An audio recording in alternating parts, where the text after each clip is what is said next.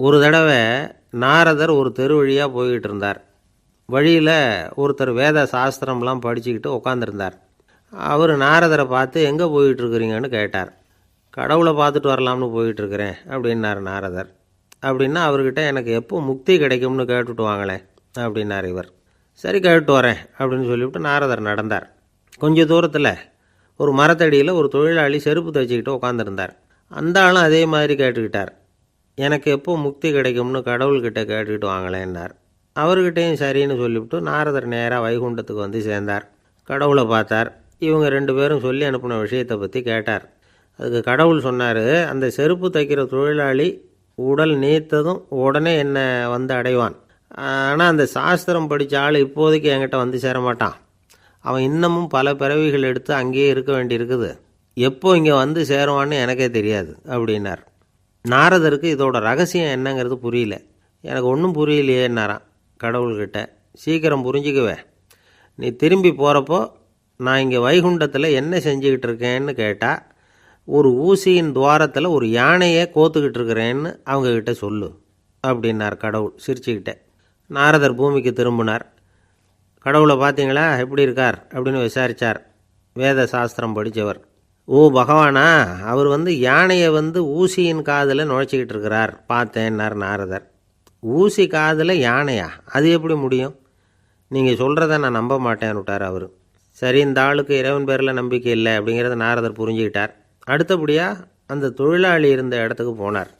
இறைவனை பார்த்தீங்களான்னு கேட்டார் அவர். பார்த்தேன், ஒரு ஊசி துவாரத்தில் யானையை கோத்துக்கிட்டு இருந்தார் அப்படின்னு சொல்லிவிட்டு நாரதர் அந்த ஆள் முகத்தை கவனித்தார்.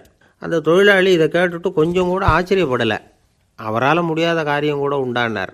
என்ன இப்படி சொல்கிற? ஊசியின் துவாரத்தில் யானையை கோக்க முடியும்னு நீ நம்புறியா அப்படின்னு கேட்டார் நாரதர். நிச்சயமாக நம்புகிறேன்னார் அவர். அது எப்படி அப்படின்னு கேட்டார் இவர். இதை பாருங்கள், நான் இந்த ஆலமரத்தடியில் தான் தினமும் உட்காந்துருக்கிறேன். தினமும் இந்த மரத்திலிருந்து எவ்வளவோ பழம் கீழே விழுது. இந்த பழத்தில் இருக்கிற ஒவ்வொரு விதையிலேயும் உள்ள ஒரு ஆலமரம் இருக்குது. ஒரு சின்ன விதைக்குள்ள ஒரு பெரிய ஆலமரம் இருக்க முடியுங்கிறப்ப ஊசி துவாரத்தில் கடவுள் யானையை நுழைய வச்சாருங்கிறத ஒத்துக்கிறதுல என்ன கஷ்டம் இருக்குது அப்படின்னு ரொம்ப சர்வசாதாரணமாக பதில் சொன்னாராம் அந்த தொழிலாளி. நாரதர் யோசனை பண்ணார். இந்த தொழிலாளி வேத சாஸ்திரங்களையெல்லாம் படிக்கலைன்னா கூட அறிவுபூர்வமாக சிந்தித்து இறைவனை நம்புகிறான். அதனால தான் கடவுள் இந்த ஆளுக்கு சீக்கிரம் முக்தி கிடைக்கும்னு சொன்னார் அப்படிங்கிறத புரிஞ்சுக்கிட்டாராம். இந்த கதையில் வர்ற கடவுள், நாரதர், வைகுண்டம் இதெல்லாம் ஒரு பக்கம் இருக்கட்டும், ஒரு சின்ன விதைக்குள்ளே ஒரு பெரிய ஆலமரம் தூங்கிக்கிட்டு இருக்கு அப்படிங்கிற உண்மை, அந்தரத்தில் 1000 கிரகங்கள் சுற்றிக்கிட்டு இருக்குங்கிற உண்மை, இதெல்லாம் நாம் பார்த்துக்கிட்டு தானே இருக்கிறோம். இந்த உண்மைகள் அதிசயமாக நமக்கு தெரியறதுனால அதை நம்பாமல் இருந்துட முடியாது. இயற்கையை பரிபூர்ணமாக நம்புங்கள், அந்த நம்பிக்கையே நம்ம வாழ்க்கைக்கு ஆதாரம் அப்படிங்கிறத விளக்கிறதுக்காக தான் இந்த கதை. இந்த காலத்தில் நம்ம பிள்ளைங்களுக்கெல்லாம் இது மாதிரி நம்பிக்கை அதிகமாகவே இருக்குது. ஒரு நாள் ஒரு சின்ன பையன்கிட்ட கேட்டேன், ஏன்பா கடவுள் ஒரு பானைக்குள்ளே ஒரு யானையை நுழைய வச்சுட்டாருன்னு சொன்னால் அதை நீ நம்புவியா அப்படின்னு கேட்டோம். நம்புவேன் சார், அது ஒன்றும் பெரிய அதிசயம் இல்லைன்னா. எப்படிறான்னு கேட்டோம். எப்படின்னா அந்த பானை அந்த யானையை விட பெருசாக இருந்திருக்கும், அவ்வளவுதான் அப்படின்னு சொல்கிறான். ஒரு ஊரில் ஒரு ராஜா இருந்தார். அவர் அடிக்கடி காட்டுக்கு வேட்டையாட போவார். சில நண்பர்களையும் கூட அழைச்சிக்கிட்டு போவார். காட்டுக்கு போனதும் ஆளுக்கு ஒரு பக்கமாக போய் வேட்டையாடுவாங்க. சாயந்தரமாக திரும்பி வருவாங்க. மறுநாள் அரண்மனையில் உட்காந்து ஒவ்வொருத்தரும் அவங்க அனுபவங்களை எல்லாம் சொல்லிக்குவாங்க. அவங்க வீரத்துக்கு தகுந்த மாதிரி பரிசை அந்த ராஜா கொடுப்பார். இது மாதிரி ஒரு தடவை எல்லாரும் வேட்டைக்கு போயிட்டு திரும்பி வந்ததும் உட்காந்து பேச ஆரம்பிச்சிருக்கிறாங்க. ஒருத்தன் சொன்னான், தன்னுடைய வீர தீர செயலை பற்றி அளக்க ஆரம்பிச்சிட்டான். ஏன்னா அதுக்கு பரிசு கிடைக்க போகுதில்ல, அதனால். அவன் என்ன சொன்னான் தெரியுமா? அரசே, நேற்றுக்கு காட்டில் என்னாச்சு தெரியுமா? எனக்கு நேராக ஒரு சிங்கம் வாயை திறந்துக்கிட்டு வந்துட்டுது. நான் பயப்படவே இல்லை. உடனே ஒரு கல்லை எடுத்து குறி பார்த்து வீசினேன். சிங்கத்து வாய்க்குள்ளே போய் அந்த கல் மாட்டிக்கிட்டுது. அவ்வளவுதான். அந்த சிங்கம் என்னை பார்த்துட்டு பயந்துட்டு ஒரே ஓட்டமாக திரும்பி ஓடி போயிட்டுது அப்படின்னா. ஆஹா பலே அப்படின்னு எல்லாரும் கை தட்டினாங்க. 2வது ஆள் ஒருத்தன் எழுந்திரிச்சான். அவன் சொல்ல ஆரம்பித்தான், அரசே, நான் போன வழியில் 2 பெரிய மலைப்பாம்பு கிடந்தது. என்னை முழுங்கிறதுக்கு வந்தது. நான் என்ன பண்ணேன் தெரியுமா?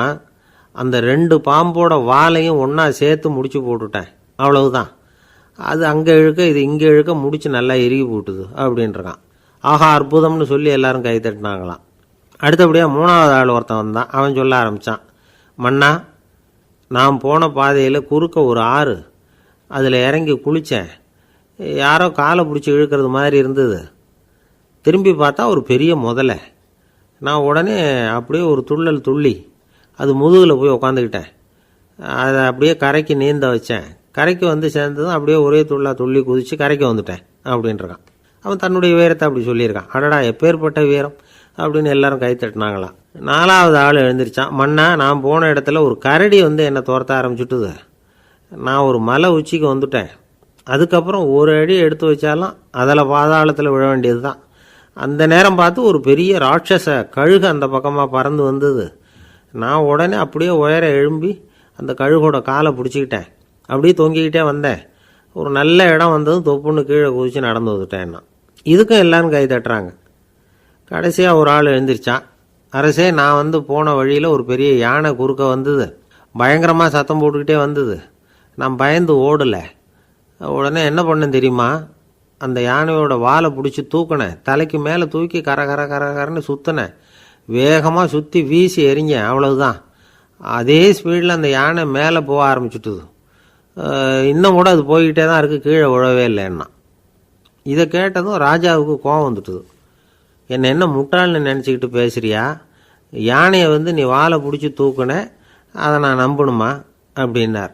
உடனே இவன் பணிவாக பதில் சொன்னான், அரசே, ஒரு சிங்கத்து வாயில் கல் மாட்டிக்கிட்டதை நம்புறீங்க, மலைப்பாம்பு வாலை பிடிச்சி முடிச்சு போட்டதை நம்புறீங்க, முதல்ல முதுகில் சவாரி பண்ணதையும் நம்புறீங்க, கழுகு காலை பிடிச்சிக்கிட்டு பறக்கிறதையும் நம்புறீங்க.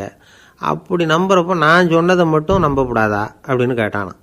பொய் சொன்னவங்கெல்லாம் தலையை தொங்க போட்டுக்கிட்டாங்களாம். ராஜா அவங்கள பார்த்து சொன்னாராம், நீங்கள் எல்லாரும் என்னை முட்டாளாக்கியிருக்கிறீங்க. கடைசியாக பேசின இவன் தான் எனக்கு உண்மை எது பொய் எதுங்கிறத புரிய வச்சிருக்கிறான்.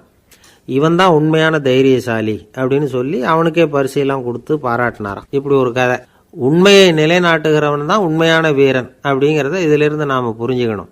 இந்த காலத்துல எல்லாம் பொய் சொன்னாதான் பழைக்க முடியுங்கிறது ஒரு சில பேரோட நம்பிக்கை. ஒரு அப்பாவுக்கு தன் மகனுக்கு பொய் சொல்ல தெரியலையேங்கிற கவலை. பொய் சொன்னாதான் இந்த உலகத்தில் பிழைக்கலாம், ஆனால் இவனுக்கு அது தெரியலையே, அதனால் இவனை அழைச்சிட்டு போய் நடுக்கடலில் விட்டுட்டு வந்துடுவோம் அப்படின்னு அழைச்சிட்டு புறப்பட்டான். கடற்கரைக்கு போனான். மகனுக்கு சந்தேகம், எங்கேப்பா என்னை அழைச்சிட்டு போகிறேன்னு கேட்டிருக்கான். கடலில் மீன் பிடிக்க கற்றுக் கொடுக்க போகிறேன் உனக்கு அப்படின்னானா. நான் ஏற்கனவே மீன் பிடிச்சிட்டேனேன்னானா இவன் மகன். எங்கே அதுன்னு கேட்டிருக்கான். அப்பங்காரன். சுட்டு சாப்பிட்டுட்டேன்ருக்கான் புள்ள. அப்பங்காரன் பார்த்தான், சரி நம்ம புள்ள பொழைச்சிக்கும் அப்படின்னு சொல்லி திருப்பி அழைச்சிட்டு வந்துட்டானா. ஒரு ஆள் அசையாமல் கிடக்கிறார். அவர் இருக்காரா போயிட்டாராங்கிறத எப்படி முடிவு பண்ணுறோம்? அவர் மூக்குக்கு முன்னாடி புறங்கையை வச்சு பார்க்குறோம், மூச்சு வருதா இல்லையா அப்படிங்கிறத கண்டுபிடிக்கிறதுக்காக.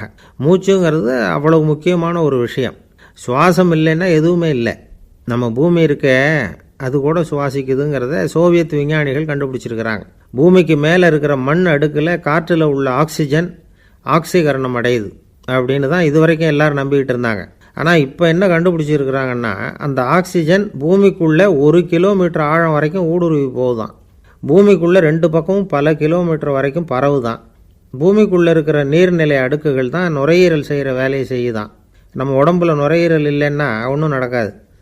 ஒரு மரத்தை தலைகீழாக தொங்க போட்டால் எப்படி இருக்கும்? அப்படி யோசிச்சு பாருங்கள். அப்படி தான் இதுவும், நுரையீரலும் அப்படி தான் இருக்கும். வலது பக்கம் ஒன்று, இடது பக்கம் ஒன்று. வலது பக்கம் நுரையீரல் கொஞ்சம் பெருசாக இருக்கும். நுட்பமான நரம்பு குழாய்கள் அதில் இருக்கும். கோடிக்கணக்கான நுண்ணிய குழாய்களை வச்சுக்கிட்டு தான் அது வேலை செய்யுது. 25 கோடி குழாய்கள் இருக்கும். அதை அப்படியே முழுசாக பிரித்து பரப்புனா ஒரு டென்னிஸ் கோர்ட்டில் பாதி பரப்பளவு இருக்குமா. நுரையீரல் நிறம் கருஞ்சிவப்பு தான். புகை அதிகமாக உள்ளே போச்சுன்னா அது கருப்பாயிடுது. காற்றுல உள்ள பிராணவாயுவை இது இழுத்து எடுத்துக்கிட்டு ரத்தத்தை சுத்தப்படுத்துகிற முக்கியமான வேலையை இது செய்யுது. அசுத்த காற்றை வெளியில் அனுப்பி வச்சுருது. ஒருத்தர் வேகமாக ஓடி வரார், அவருக்கு மூச்சு இறைக்கும். பயங்கரமாக எதையாவது பார்த்து விடுறார், உடனே மூர்ச்சை ஆகிடுவார்.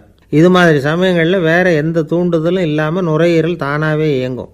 இப்படி ஒரு அவசியம் ஏற்படுறப்போ இயக்கத்தை தூண்டி விடுற முக்கியமான இணைப்பு மூளைக்கு கீழே முதுகு எலும்புக்கு மேற்பகுதியில் இருக்குது. அது உடனே சுவாசத்துக்கு அவசர உதவியை கொடுக்குது. இப்போ ஒருத்தர் பேசாமல் உட்காந்துருக்கார். இந்த சமயத்தில் அவருக்கு 1 பங்கு காற்று தேவைப்படுதுன்னு வச்சுக்கோங்க. அவர் எழுந்திரிச்சு நடக்கும் பொழுது 1.5 மடங்கு தேவைப்படும். ஓடினார்னா 3 மடங்கு தேவைப்படும். படுத்துருக்கிறப்ப 1/2 மடங்கு தான் தேவைப்படும். இதுக்கு நிமிஷத்துக்கு 16 தடவை மூச்சு விட்டாகணும். இப்படி சாதாரணமாக உள்ளே இழுக்கிற காற்று கொஞ்சம்தான் இருந்தாலும் இது மாதிரி 8 மடங்கு காற்றை உள்ளே இழுத்து வச்சுக்கிற சாமர்த்தியம் நுரையீரலுக்கு இருக்குதான். தண்ணி, நுண்கிருமிகள், ரசாயன பொருள் இப்படி எது உள்ளே போனாலும் நுரையீரல் சமாளிச்சுக்கும். 30 வருஷமாக விடாத புகை பிடிக்கிறவர் தொடர்ந்து உள்ளே அனுப்பி வைக்கிற புகையை கூட சமாளிக்குதுன்னா பார்த்துங்களேன். உள்ளே போகிற புகை நுட்பமான சுவாச முடிச்சுகளை அழிச்சு விடுது. கறி புகை அது மேலே படிஞ்சு உபயோகம் இல்லாமல் பண்ணிவிடுது.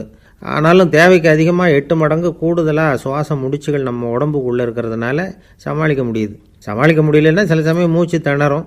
அதை ஒரு எச்சரிக்கையாக எடுத்துக்கிட்டு புகை பிடிக்கிற பழக்கத்தை விட்டுடணும். அதுதான் நல்லது. ஆனால் அப்படி யார் விடுறது? இணை பிரியாத 2 நண்பர்கள் இருந்தாங்களாம். 2 பேரும் விடாமல் சிகரெட்டு குடிக்கிறவங்க. அதில் ஒருத்தன் செத்து போட்டான். இன்னொருத்தன் அதுக்கப்புறம் 2 சிகரெட்டாக குடிக்க ஆரம்பித்தானான். ஏன் இப்படி பண்ணுறேன்னு கேட்டிருக்காங்க. நான் ஒரு சிகரெட்டு தான் குடிக்கிறேன், செத்து போன என்னுடைய ஃப்ரெண்டு இருக்கானே செத்து போனவன், அவனுக்காக இன்னொரு சிகரெட்டு குடிக்கிறேன் அப்படின்னு நானா. இது ரொம்ப ஆபத்து, விட்டுடு அப்படின்னு சொல்லியிருக்காங்க. சரின்னு ஒத்துக்கிட்டான். ஆனால் அதுக்கப்புறமும் ஒரு சிகரெட் வீதமாக குடிச்சிக்கிட்டே இருந்தான். சிகரெட்டு பழக்கத்தை நீ இன்னும் விடலையான்னு கேட்டாங்களாம். அந்த பழக்கத்தை நான் எப்போவோ விட்டுட்டேன், இப்போ நான் குடிக்கிறது என் ஃப்ரெண்டுக்காக அப்படின்னு நானா. இவங்கெல்லாம் எப்படி திருந்துறது? என்னை விட யோக்கியம் இந்த உலகத்தில் வேறு யாரும் இல்லை சார் அப்படின்னார் ஒருத்தர். அவரை விட அயோக்கியன் வேறு யாரும் இருக்க முடியாதுங்கிற முடிவுக்கு கேட்டவங்க வந்துட்டாங்களாம். மனுஷனுக்கு இருக்கிற ஒரு மிகப்பெரிய குறையே தன்கிட்ட இருக்கிற குறை அவனுக்கு தெரியாமல் போகிறது தான். ஆனால் அடுத்தவங்ககிட்ட இருக்கிற குறை இவனுக்கு தெளிவாக தெரிஞ்சிடும். ஒரு ஒட்டகம் ஒரு கொக்கை பார்த்து ஒரு கேள்வி கேட்டுதான். என்ன கேள்வி தெரியுமா? உன் கழுத்து ஏன் இப்படி வளைஞ்சி போயிருக்குது அப்படின்னு கேட்டிருக்கு. இதுக்கு உடம்பே வளைச்சல். இது போய் கொக்கை கிண்டல் பண்ணுது. இன்றைக்கி மனித சுபாவமும் கிட்டத்தட்ட இப்படி தான் இருக்குது. இந்த உலகத்தில் குறையில்லாத மனிதர்கள் யாரும் கிடையாது, நாம் உள்பட அப்படிங்கிறத முதல்ல நாம் நல்லா புரிஞ்சுக்கணும். ஒரு ஊரில் ஒரு விற்பனை நிலையம் இருந்தது. செல்ல பிராணிகளை விற்பனை செய்கிற நிலையம் அது. நாய், கிளி, பூனை இப்படி நிறைய வச்சு விற்பனை பண்ணிகிட்டு இருக்கிறாங்க. நாய்க்குட்டி விற்பனை செய்கிற பகுதியில் ஒரு சிறுவன் நின்றுக்கிட்டு இருந்தான். விற்பனை செய்கிற ஆளுகிட்ட விலை கேட்டுக்கிட்டு இருந்தான். அதோ இருக்குதே அந்த நாய்க்குட்டி என்ன விலை அப்படின்னு கேட்டானா. 1000 ரூபா அப்படின்னாரான். சரி அது வேணாம், இது என்ன விலைன்றிருக்கான். 500 ரூபா அப்படின்னாரான். இந்த சின்ன பையன் கையில் வச்சுருந்தது வெறும் 50 ரூபா தான். அதனால் இதை விட குறைச்சலாக கிடைக்குமான்னு பார்த்துருக்கான். அந்த கடையில் ஒரு மூலையில் சரியாக கவனிக்கப்படாமல் ஒரு நாய்க்குட்டி படுத்து கிடந்தது. பாவமாக கத்திக்கிட்டு இருந்தது. அதை பார்த்ததுமே இவனுக்கு அது ரொம்ப பிடிச்சி போச்சு. உடனே அந்த கடைக்காரரை பார்த்து, அதுவும் அந்த மூலையில் படுத்து கிடக்குதே அந்த நாய்க்குட்டி என்ன விலை அப்படின்னு கேட்டிருக்கான். தம்பி, அது ஒரு கால் ஊனம், அதனால் அது உன்னோட குதித்து விளையாடவோ ஓடுறதோ அதால் முடியாத காரியம் அப்படின்ட்டுருக்கார் அவர். அது தெரிஞ்சுதாங்க கேட்குறேன், அதோட விலை என்ன அதை மட்டும் சொல்லுங்களேன் அப்படின்ட்டுருக்கான். தம்பி, இது கால் ஊனம் உள்ள ஒரு நாய். இதை போய் காசு கொடுத்து வாங்கிறதுக்கு யாராவது பிரியப்படுவாங்களா? இதை நான் உனக்கு இலவசமாகவே தர்றேன், எடுத்துகிட்டு போ அப்படின்னாரான். இதை கேட்டதும் அந்த சிறுவனுக்கு கோவம் வந்துட்டு தான். நீங்கள் ஒன்றும் சும்மா கொடுக்க வேணாம், இந்தாங்க 50 ரூபா, இதை வச்சுக்கிட்டு நாய்க்குட்டியை கொடுங்க அப்படின்ட்டுருக்கான். அவருக்கு ஒன்றும் புரியல, ஆச்சரியமாக இருந்தது. சரின்னு பணத்தை வாங்கிட்டு நாய்க்குட்டியை தூக்கி கொடுத்தார். அந்த சிறுவன் அந்த நாய்க்குட்டியை 2 கையாலையும் வாங்கினா, மார்போட பிரியமாக சேர்த்து அணைச்சிக்கிட்டான். தெருவில் இறங்கி நடக்கிறான். அப்படி நடக்கும்பொழுது தான் பார்க்குறார், கடைக்காரர் ஆச்சரியமாக அவனை பார்க்குறார். அப்போ தான் அவருக்கு ஒரு விஷயம் புரியுது. அந்த சிறுவன் தெருவில் நாய்க்குட்டியை மார்போடு அணைச்சிக்கிட்டு விந்தி விந்தி நடந்து போய்கிட்டு இருக்கிறான். ஆமாம், அவனுக்கும் ஒரு கால் ஊனம். இந்த நாய்க்குட்டியை யாருமே வாங்க மாட்டாங்கன்னு நினச்சிக்கிட்டு இருந்தார். குறையுள்ள அதுக்கும் ஒரு எஜமானன் கிடச்சிட்டான். அதனால் ஊனம் ஒரு குறை இல்லை அப்படிங்கிற உண்மையை அந்த கடைக்காரர் புரிஞ்சுக்கிட்டாரான். நம்மால் ஒருத்தர் கொஞ்சம் வயசானவர், எழுந்திரிச்சு சரியாக நடக்க முடியாது, சாய்வு நாற்காலியிலேயே எப்பவும் உட்காந்துருப்பார். அவர் தனக்கு துணையாக ஒரு நாயை பக்கத்தில் வச்சுருந்தார். அதுவும் ரொம்ப வயசான ஒரு நாய், எழுந்திரிக்கவே சிரமப்படும், நடக்கவும் முடியாது. அவர் பக்கத்துலேயே இதுவும் சோர்ந்து போய் படுத்து கிடக்கும். அந்த பெரியவரை பார்க்க வந்த ஒருத்தர் கேட்டார், ஏங்க, ஒரு சின்ன பையனை உங்களுக்கு துணையாக வச்சுக்கக்கூடாதா? இந்த நாயை உங்களுக்கு பாதுகாப்பாக வச்சுருக்கிறீங்களே, உங்களுக்கு ஒரு ஆபத்துன்னா இது எப்படி உங்களுக்கு உதவ முடியும் அப்படின்னார். அப்போ அவர் சொன்னாராம், எனக்கு ஒரு ஆபத்துன்னா அந்த சமயத்தில் இந்த நாய் என்னை தனியாக விட்டுட்டு ஓடி போயிடாமல் இருக்கணும்ல, அதுக்காகத்தான் இதை நான் வச்சுருக்கிறேன் அப்படின்னாராம். நம்மளில் சில பேர் ரொம்ப தைரியமாக இருப்பாங்க. நாம் கூட சொல்கிறது உண்டு, அந்த ஆளுகிட்ட வர்றதுக்கு எமன் கூட பயப்படுவான் அப்படின்னு சொல்கிறது உண்டு.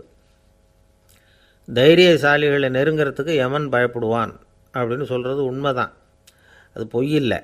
மன வலிமை இருக்குது பாருங்கள், அது மனுஷனை காப்பாற்றும். இது மருத்துவ ரீதியான உண்மை. உடல் கோளாறுகள் மன ஆரோக்கியத்தை பாதிக்கும். மன எழுச்சி, மன போராட்டம் இதெல்லாம் உடல் இயக்கத்தில் மாறுதலை உண்டாக்குது. சில வகையான நோய்களுக்கும் மனசுக்கும் இருக்கிற சம்பந்தம் என்னங்கிறத பற்றியெல்லாம் இப்போ ஆராய்ச்சி பண்ணுறாங்க. ஆஸ்மா, மூட்டு வலி, பெருங்குடல் அழற்சி, உயர் இரத்த அழுத்தம், சோரியாசிஸுங்கிற தோல் வியாதி, வயிற்று புண்ணு, இந்த தைராய்டு நச்சுத்தன்மை, இது மாதிரி நோய்களை உண்டாக்குறதுல மனசோட பங்கு என்னங்கிறத பற்றியெல்லாம் ஆய்வு பண்ணி பார்த்துருக்குறாங்க.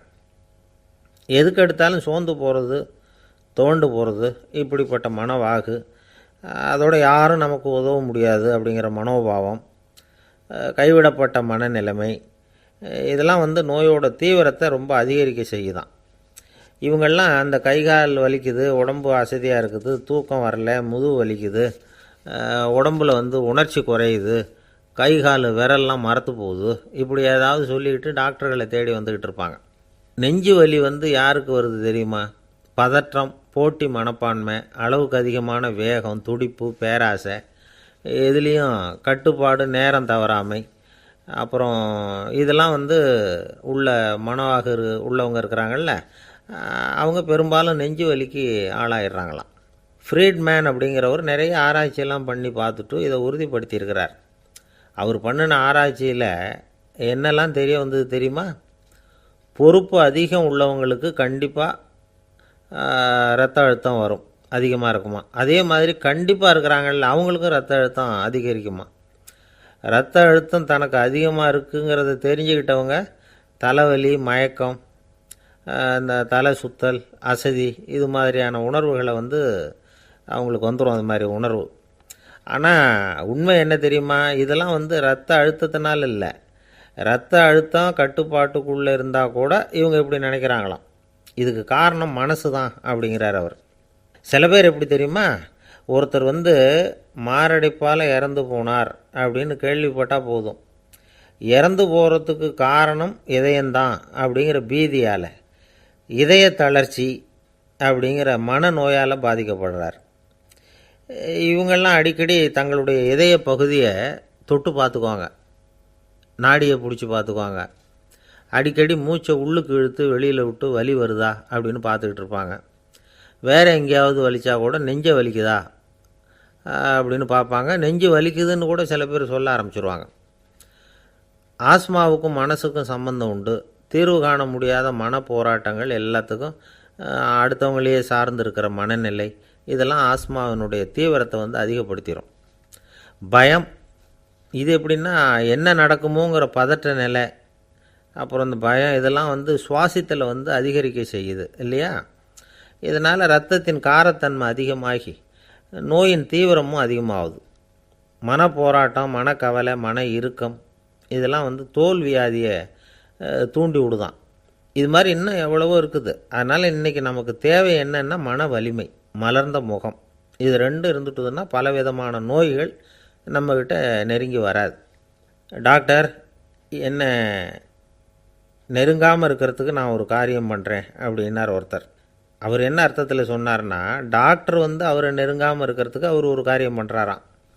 நண்பர்கிட்ட சொன்னார். நண்பர் கேட்டார், அது என்ன காரியம் பண்ணுற அப்படின்னு கேட்டார். தினம் ஒரு ஆப்பிள் பழம் சாப்பிட்றேன்னார் அவர். ஏன்னா ஆங்கிலத்தில் ஒரு பழமொழி சொல்லுவாங்கள்ல, an apple a day keeps doctor away அப்படிம்பாங்க. ஒரு ஆப்பிள் பழம் சாப்பிட்டா டாக்டர் விலகியே இருப்பார், டாக்டர்கிட்ட போக வேண்டிய அவசியம் இருக்காது அப்படிங்கிறதுக்காக அந்த பழமொழி சொல்கிறது. என்னென்னா, யாருமே நெருங்காமல் இருக்கிறதுக்கு நான் ஒரு காரியம் பண்ணுறேன்னார் இன்னொருத்தர். டாக்டர் நெருங்காமல் இருக்கிறதுக்கு ஆப்பிள் பழம் சாப்பிட்றேன்னார் அவர். என்னை யாருமே நெருங்காமல் இருக்கிறதுக்கு நான் ஒரு காரியம் பண்ணுறேன்னார் இன்னொருத்தர். அது என்னன்னு கேட்டோம். தினம் ஒரு பூண்டு சாப்பிட்றேன்னார். ஏ கார்லிக் எ டே கீப்ஸ் எவ்ரிபடி அவே அப்படின்னு அதுக்கு ஒரு புது விளக்கமும் கொடுத்தார். காசி மாநகரத்தை பிரம்மதத்தன் அப்படிங்கிற ராஜா ஆட்சி பண்ணிட்டு வந்தார். அவர் ஒவ்வொரு வருஷமும் ஒரு திருவிழா நடத்துறது வழக்கம். எல்லா தேசத்திலிருந்தும் எல்லா வகையான ஜனங்களும் அதில் கலந்துக்குவாங்க. ஒரு சமயம் அது மாதிரி விழா நடந்துக்கிட்டு இருந்தது. வைகுண்டத்திலேருந்து தேவலோகத்திலேருந்து நிறைய தேவகுமாரர்கள்லாம் காசி நகருக்கு அப்போது வந்திருந்தாங்க. அதில் முக்கியமாக ஒரு 4 தேவகுமாரர்கள், அந்த 4 பேரையும் சுற்றி ஏகப்பட்ட கூட்டம். அப்படி என்ன விசேஷம் அவங்கக்கிட்ட அப்படின்னா, மற்றவங்கள விட அவங்க முகம் அழகாக இருந்ததா அப்படி பார்த்தா அப்படியும் இல்லை. அவங்க அணிஞ்சிருந்த மலர் மாலைகள் தான் அதுக்கு காரணமாக. அந்த மலர்கள்லேருந்து அப்படி ஒரு அபூர்வமான நறுமணம். இதுக்கு முன்னாடி இப்படி ஒரு நறுமணத்தை அந்த ஊர் ஜனங்க அனுபவிச்சதே இல்லை. அதுதான் அந்த 4 பேரையும் சுற்றி கூட்டம். எல்லாரும் கேள்வி கேட்க ஆரம்பித்தாங்க. உடனே அந்த 4 தேவகுமாரர்களும் எல்லாருக்கும் தெரியும்படியாக வானத்தில் எழும்பி கொஞ்சம் உயரமாக நின்றுக்கிட்டாங்க. கீழே நின்றுக்கிட்டு இருந்த அரசன்லேருந்து ஆண்டி வரைக்கும் ஒருத்தர் பாக்கி இல்லாமல் ஒரே குரலில் எல்லாரும் அவங்கள பார்த்து, எங்களுக்கும் இது மாதிரி மாலையை போட்டுக்கணும்னு ஆசையாக இருக்குது, அதுக்கு நீங்கள் தான் அருள் பண்ணணும் அப்படின்னு கேட்டுக்கிட்டாங்க. மாலை போட்டுக்கிறதுனா எல்லாருக்கும் ஆசையாக தானே இருக்கும். அந்த 4 தேவகுமாரர்களில் ஒருத்தர் புத்தர் பிரான். அவர் சொன்னார், பூலோகவாசிகளே, நான் சொல்கிறத கொஞ்சம் பொறுமையாக கேளுங்க. கக்காரு அப்படிங்கிற கற்பக விருஷத்தின் மலர்களால் தொடுக்கப்பட்டது இந்த மாலை. இதுக்கு நிறைய சக்தி உண்டு. எந்த காலமும் இது வாடாது, வாசனையும் குறையாது. ஆனால் இதை அணிந்து கொள்றதுக்கு சில தகுதிகள் தேவை அப்படின்னார். என்ன தகுதி அது சொல்லுங்களேன் அப்படின்னு ஏக காலத்தில் எல்லாரும் சத்தம் போட்டாங்க. தீய இயல்புகள் உள்ளவங்க, இழிந்த சிந்தனை, இழிந்த செயல் உள்ளவங்க இந்த மாலையை அணிய முடியாது அப்படின்னார். அவ்வளோதான். கூட்டத்தில் சத்தம் போட்டவங்கள்லாம் மெதுவாக அப்படி அடங்க ஆரம்பிச்சிட்டாங்க. இன்னொரு தேவகுமாரன் சொன்னார், அடுத்தவங்க பொருளை அபகரிக்காதவன், அடுத்தவங்களுக்கு கெடுதல் பண்ணக்கூடிய பொய் பேசாதவன், பேராசையினால் கெட்ட வழியில் பொருள் ஈட்ட நினைக்காதவன் இந்த மாலையை போட்டுக்கலாம் அப்படின்னார். கூட்டத்திலிருந்து யாரும் முன்னுக்கு வரல. ஒரே ஒரு ராஜகுரு மட்டும் கொஞ்சம் முன்னாடி வந்தார். பெரியவர், படித்தவர். அவர், எனக்கு தகுதி இருக்குது அந்த மாலையை போட்டுக்கிறதுக்கு அப்படின்னார். வேறு ஒன்றும் இல்லை, பொய் சொல்லியாவது அந்த மாலையை வாங்கிக்குவோமே அப்படின்னு முடிவு பண்ணிட்டார் அவர். அவ்வளோதான், மாலையை வாங்கிட்டார். அடுத்த தேவகுமாரன் பேசினார். யாருக்கு திடமான அறிவும் மனமும் இருக்குதோ, யாருக்கு நல்ல காரியங்களில் அசையாத ஈடுபாடு இருக்குதோ, நல்ல அரிய பொருள்களை தனியாக தான் மட்டும் அனுபவிக்க விரும்பாதவர் யாரோ அவர் முன்னாடி வந்து இந்த மாலையை வாங்கிக்கலாம் அப்படின்னார். அந்த தகுதியும் எனக்கு இருக்குன்னார் ராஜகுரு. மாலையை வாங்கி போட்டுக்கிட்டார். இன்னொரு ராஜகுமாரன் பேச ஆரம்பித்தார். அறநெறியில் செல்வம் சேர்க்கணும், ஆடம்பர பொருள்களுக்கு அடிமையாகக்கூடாது, வெற்றி அடைஞ்சாலும் கர்வம் வரக்கூடாது, அப்படிப்பட்டவங்க இந்த மாலையை போட்டுக்கலாம்னார். துணிஞ்சு பொய் சொல்லி அதையும் வாங்கி கழுத்தில் போட்டுக்கிட்டார் இந்த ராஜகுரு. இன்னொரு ராஜகுமாரன் சொன்னார், சான்றோர்களை நிந்திக்காதவங்க, புறம் பேசாதவங்க இந்த மாலையை போட்டுக்கலாம்னார். அதையும் வாங்கி போட்டுக்கிட்டார். திருவிழா முடிஞ்சுது, எல்லோரும் திரும்பி போயிட்டாங்க. மறுநாள் ராஜகுரு 4 மாலைகளையும் போட்டுக்கிட்டு ராஜசபைக்கு வரார். வந்தவர் ரொம்ப அவஸ்தையோடு வர்றார். மாலையெல்லாம் வாடி போயிட்டுது, வாசனை எதுவும் கிடையாது. அது மட்டும் இல்லை, அவருக்கு கடுமையான தலைவலி வேறு வந்துட்டுது. துடிச்சு போயிட்டார். மாலையை கழட்டவும் முடியல. ஜனங்கள்லாம் அவரை பார்த்து சிரிக்க ஆரம்பிச்சிட்டாங்க. என்னத்துக்கு ஆசைப்படணும், ஏன் இப்படி கஷ்டப்படணும் அப்படின்னு. ராஜா பார்த்தார். மறுபடியும் விழாவுக்கு ஏற்பாடு பண்ணினார். தேவகுமாரர்கள்லாம் வந்தாங்க. ராஜகுரு வந்தார். மக்கள் முன்னிலையில் அவங்க காலில் விழுந்தார், மன்னிப்பு கேட்டுக்கிட்டார். இந்த மாலையை போட்டுக்கிற தகுதி எனக்கு இல்லை.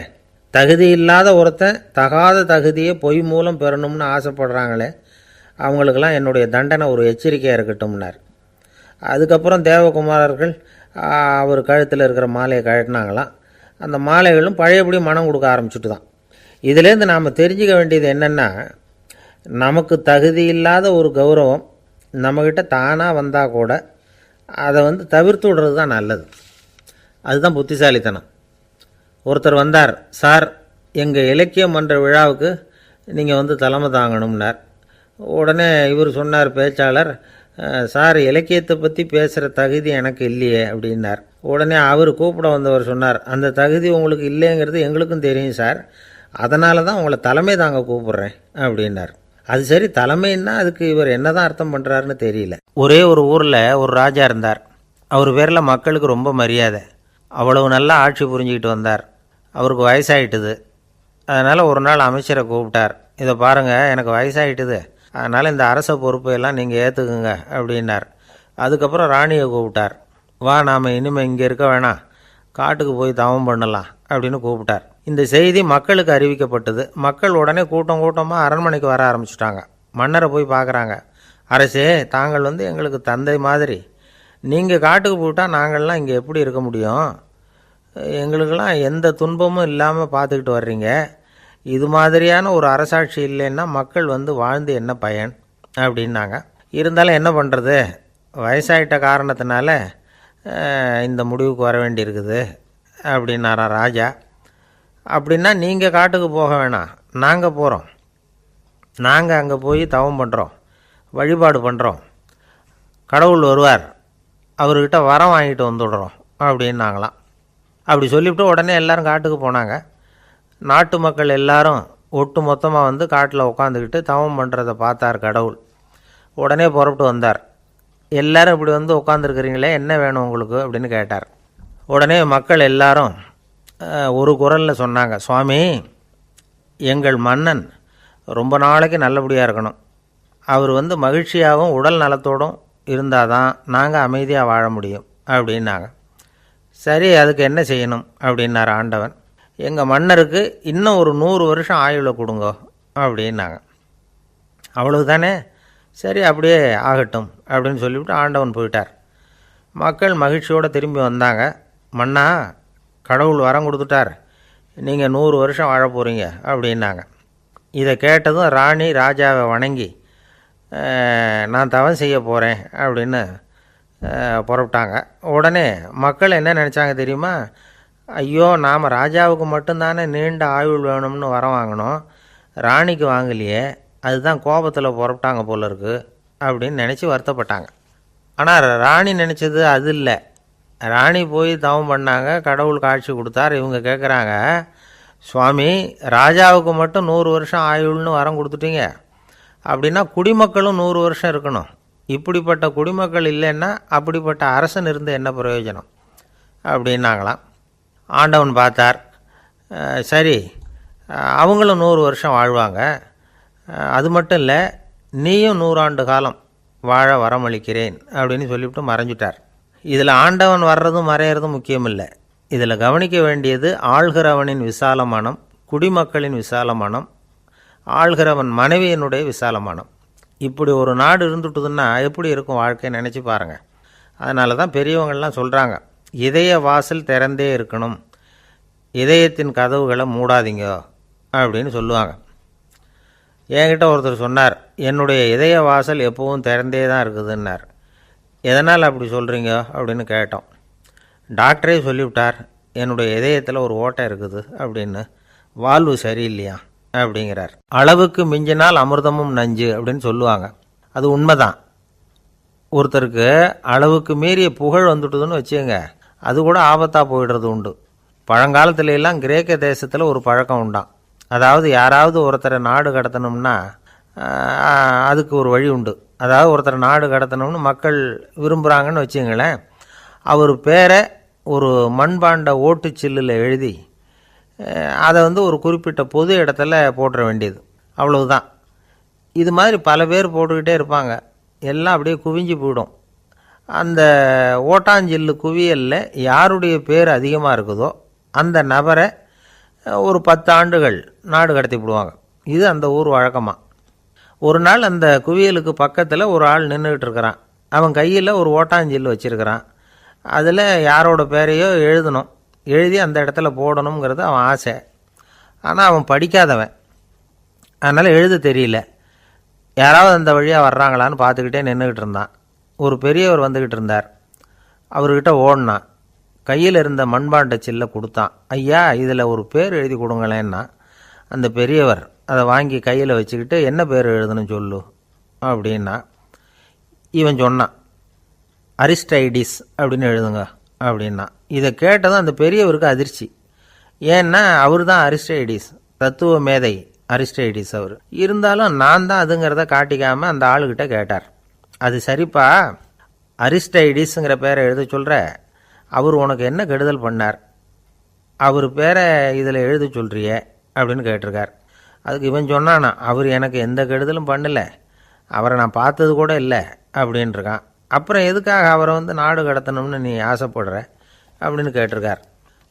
இப்போ அந்த ஆள் சொல்கிறான், அரிஸ்டைடஸை பற்றி எல்லாரும் பேசுகிறாங்க, அவர் ரொம்ப நல்லவர், அவர் ஒரு பெரிய அறிவாளிங்கிறாங்க, அவர் ஒரு பெரிய வள்ளல், பேரறிஞர், இப்படி எல்லாரும் சொல்கிறத கேட்டு கேட்டு எனக்கு ரொம்ப அலுத்து போயிட்டுது, அதனால தான் வெறுப்பாயிட்டேன் அப்படின்னு நானும். இதிலேருந்து என்ன தெரியுது, நாம் நல்லவனாக இருக்கிறதுல ஒன்றும் இடைஞ்சல் இல்லை. ஆனால் நம்மளை நல்லவன் நல்லவன் எல்லாரும் சொல்ல ஆரம்பிச்சிட்டாங்கன்னு வச்சுக்கோங்க, அப்போ இடைஞ்சல் ஆரம்பம்னு அர்த்தம்.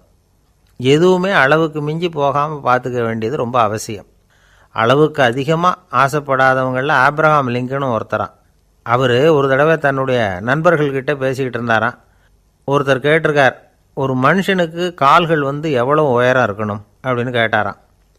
இதுக்கு ஆப்ரஹாம் லிங்கன் சொன்னாராம், அது என்ன இடுப்புலேருந்து தரையை தொடுற அளவுக்கு உயரம் இருந்தால் போதும் அப்படின்னாராம். ஒரு ஜென் துறவி, அவருக்கு ரொம்ப வயசாயிட்டுது, கடைசி காலம். நண்பர்களெல்லாம் கூப்பிட்டார்.